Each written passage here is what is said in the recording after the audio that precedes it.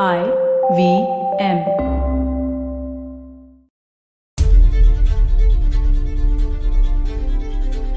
When did you last order from Amazon or Swiggy or take an Uber?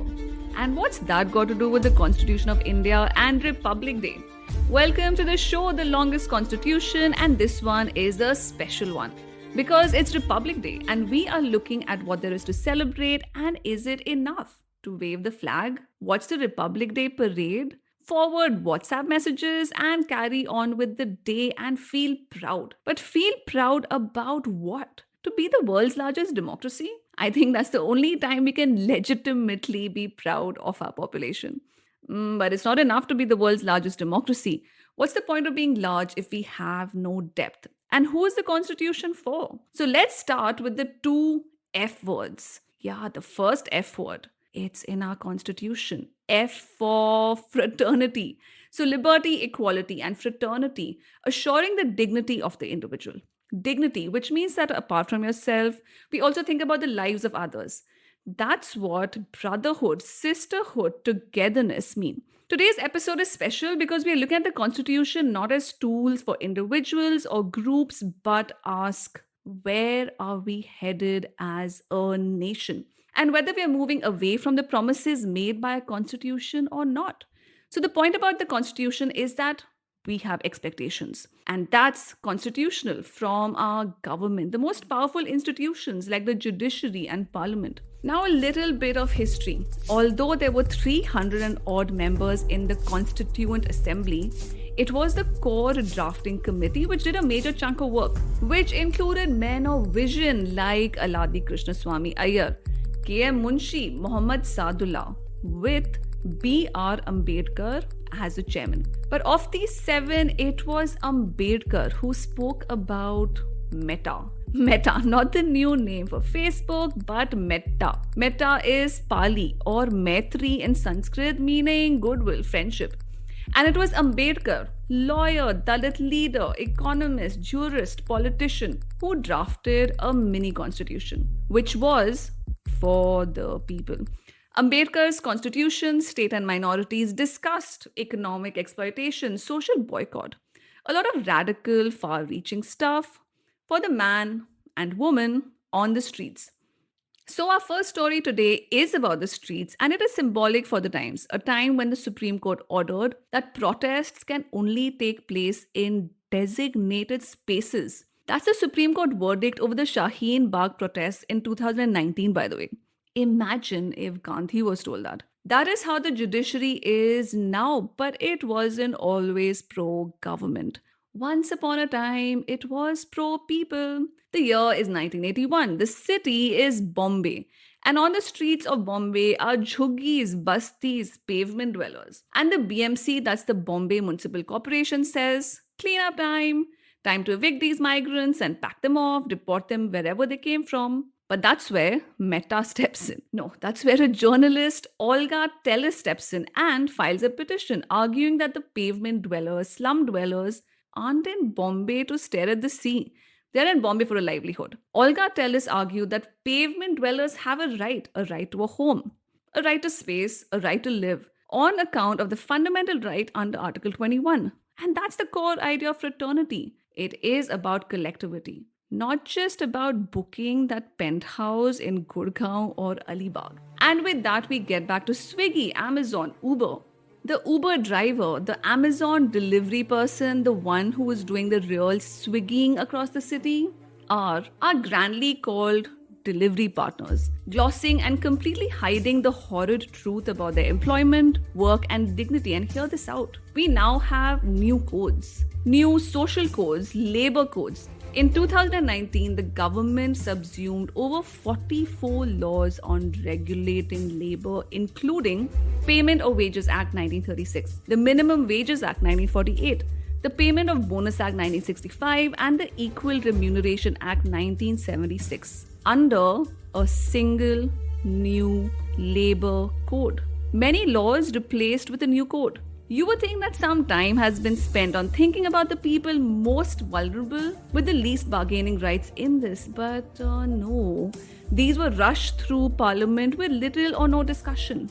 I think I take more time to brew my morning cup of coffee. And these codes affect workers' incomes, welfare, employment, social security. But the code was passed very quickly within 2 hours, which means under the gig economy. It sounds so cool, isn't it? Depending which side you're on, is an economy driven by data aggregators like Urban Clap, Uber, Ola, Amazon, who define their workers not as employees but delivery partners.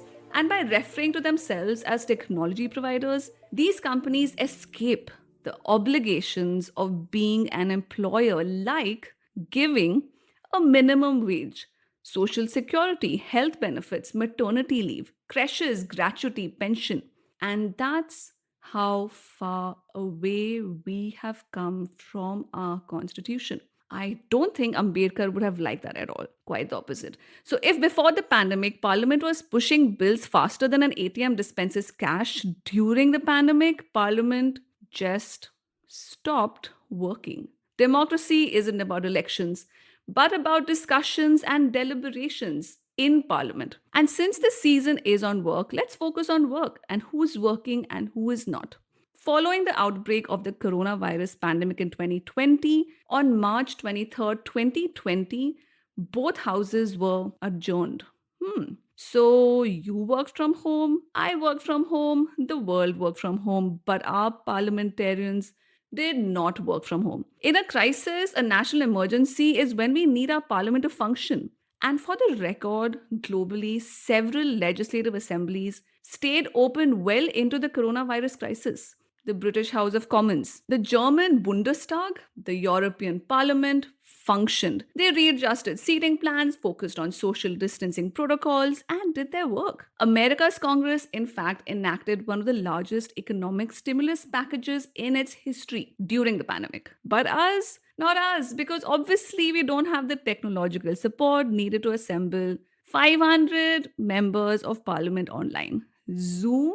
What Zoom? That brings us to questioner, the daily period in both houses when members of parliament can ask questions directly to ministers was done away with.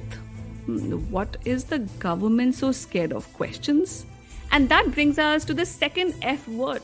F for federalism. Federalism, that constitutional structure that allows for difference and autonomy. From Kashmir to Nagaland. Different people, different foods, beef and mutton, different ways of living, different ways of celebrating. But within that, we are witnessing fewer constitutional freedoms. 2020 had the most internet shutdowns in India's history, with 319 in Kashmir. And before you think, hey, that's just Kashmir, not the rest of us, hold on. 78 in Rajasthan. 30 in UP and in other states too. Not over threats to public order, but on a few occasions because a government exam was being held. What we need is a parliament which represents a nation. That's all of us, each one of us. The ronak of a republic is its public. We the people. If we want to awaken to light and freedom, we need to recognize the darkness around us. The dilution of the RTI Act. The illegal use of facial recognition technology. And hold on, we don't even have a data protection law. The bill, by the way, is pending in Parliament as I speak. So, in Olga Tellis versus BMC 1985, the court recognized housing rights of pavement dwellers, and the ruling made it mandatory for the state to rehabilitate slum dwellers if their bastis were demolished. But that was then. So, as we wrap up today's show, think about the F words.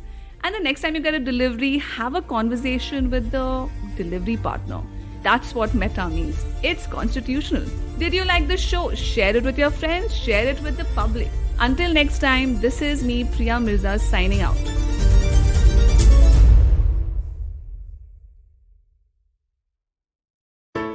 Hey, it's been another great week on the IVM Podcast Network. On Advertising is Dead, Varun is joined by Alex Dweck of NAS Academy. They discuss creators becoming educators. On Misconduct, Raghavi and Nisha look into the defamation suit against controversial actress Kangana Ranaut. On Audio Gyan, Kedar speaks to industrial designer Sharat Chauhan. They discuss designing home appliances. On Smarter with Sid, Siddharth explains the difference between two kinds of campaigns, awareness building and brand building. And on Hans Vani, hear how two cancer patients fall in love in the story Grey Shades. Do follow us on social media. We're IVM Podcast on Twitter, Facebook, Instagram, and LinkedIn. And remember, if you're enjoying this show or any of our other shows for that matter, please do tell a friend. Don't forget to rate us on any of the platforms you're listening to us on. And also remember, you can check out a lot of our stuff on YouTube. Go to ivmpodcast.com/YouTube and you'll get a list of all the various channels that we do have. And finally, we'd like to thank our sponsors this week, Bank of Baroda and CoinSwitch Kuber. Thank you so much for making this possible.